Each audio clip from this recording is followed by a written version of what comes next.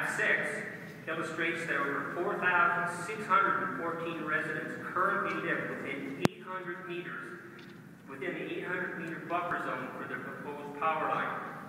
Overall, between Strathcona County and the City of Edmonton, it is estimated that the proposed power line will directly impact 16,000 to 18,000 men, women, and children. And finally, map 7 is an aerial view that clearly illustrates both the current density and the proximity of human inhabitants living on both sides of the proposed power line. I'll now turn it over to Mr. Bidzinski. Thank you, Councillor.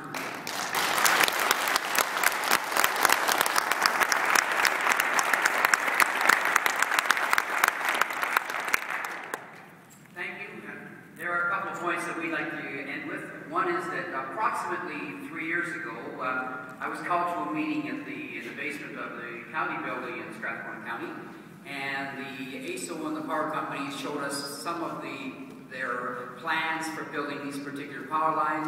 They told us about all the routes they were going to put in together. They showed us all the different alternatives they had, and they gave us a lot of different things. Well, after about 2 hours, being a pretty analytical person, I was able to deduct very quickly that the preferred route is going to go right by the residences I represent. I represent probably the most dense area of residences in any of the preferred lines. Okay? I then posed a question to the people that were presenting, and the question was, what would deter anything or anybody from putting these particular power lines through that TUC? The answer was that if they were able to find an endangered species in that TUC or an indigenous plant life in that TUC, then they possibly could not put them in there. I asked a question that was, what type of an endangered species would that be? And I was told the example I was given was silver foxes, okay? And we know that silver foxes can't live here, but I'm wondering if the commission would ask the applicants, what's wrong with this silver fox or this silver fox? We do not want to be introduced.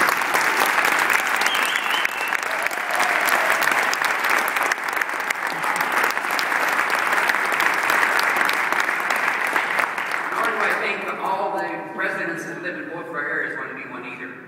Another thing that the last point we'd like to bring up, there was a questionnaire that was asked, and of the questionnaire, 3,048 votes were put forward from this questionnaire. And the questions were this: power lanes should be buried whenever they're going to be run by schools, houses, and environmentally sensitive areas.